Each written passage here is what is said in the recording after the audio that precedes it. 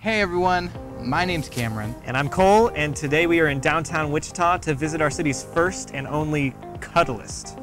That's right. Someone in town gets paid to cuddle people, and we're gonna try it out. We have no idea what we're getting ourselves into on this one, but we're excited. Let's do it. Cool building. Yeah. 204? Right? 204. Okay. Hello. Hi, my name's Cole. Hi, Cole. I'm Shawns. Nice to meet you. This is Cameron. Hey, Cameron. Pleasure to meet you. Nice to meet you. Come on in, fellas. All right. This is pretty cool. Well, thank you. Really nice. Is it what you thought a cuddling loft would look like? I have no expectations. Normally, when I have clients come for their cuddle sessions, what we would do is go over the code of conduct so we can make sure that you understand everything. Okay. And again, I'm with Cuddlist. A lot of people say, "Oh, you're a cuddlist?" It's like, no, I'm not a cuddlist.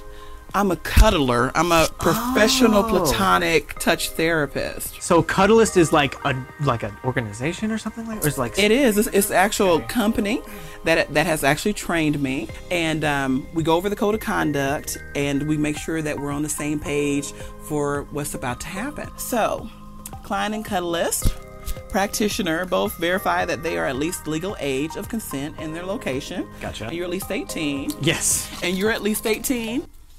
Promise.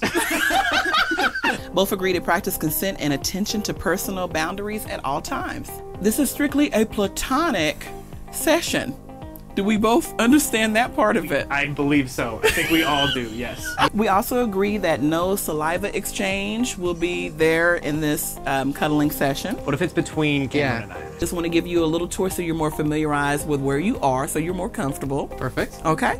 Behind you have some inspirational sayings on the wall.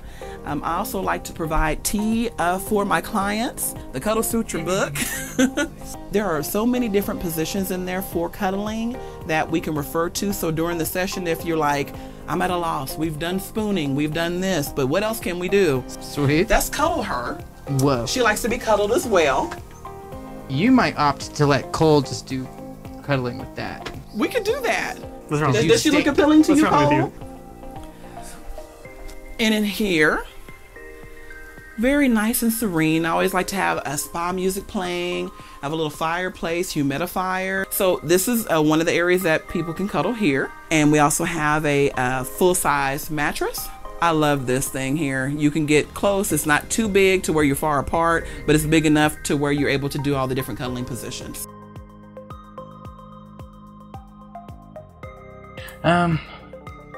Okay. Shawn? Yes.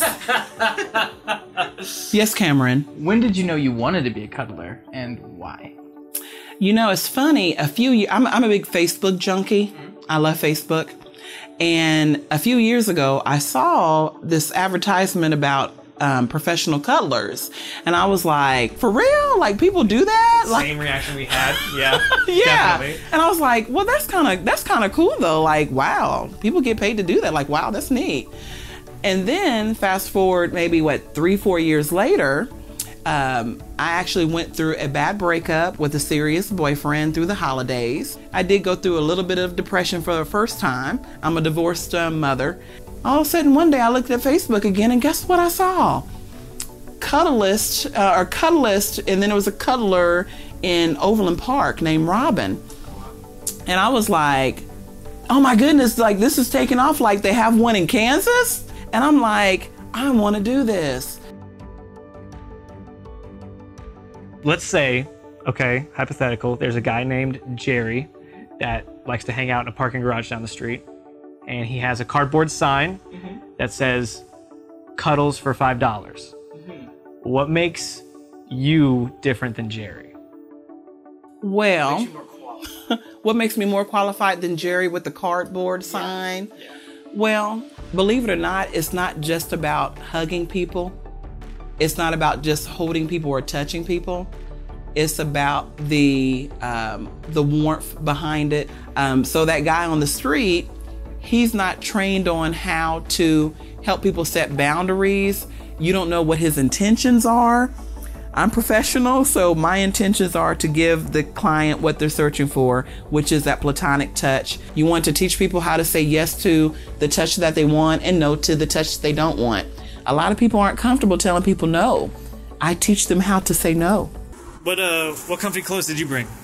I brought some pajama bottoms and a t-shirt. Ooh, cool. Nice, dude. I'm excited to see. What did you bring? I brought sweatpants and a black cotton shirt. Cool. Yeah, dude. So when we booked this session, you sent us a questionnaire and told us to bring some comfortable clothes to change into. Can you tell us why you did all that stuff and why that's important for what you do? You want the person to be able to feel comfortable. You don't want to have jeans on because that may be constricting. You want to be able to snuggle and get in different positions easily. So when you have on pajamas, or if you have on a t-shirt and, you know, stretchy pants, it's a lot more comfortable than you're in a turtleneck, or if you have a female person coming to having a dress on, that's not going to be the most comfortable. So sometimes we get that question, you know, can I wear my underwear? Can I, you know, wear, you know, it's like, no, we're professional. We want to make sure that people are comfortable and they feel good, and that the clothes are clean and laundered, and that everyone's feeling good about it. You've had people ask if they can wear their underwear Yes. before? Yes. I've actually had a nudist get in touch with me. Right. But it's funny. Was it you? I'm sorry. Yeah. No.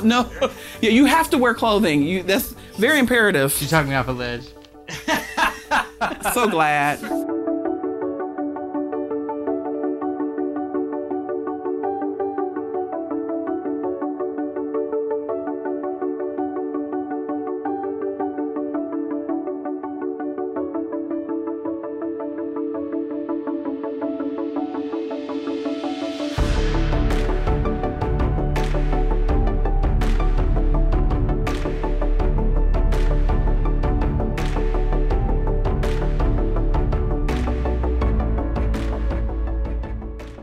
On the serious side, why people would want to come to a professional cuddler, PTSD is a big thing that people have.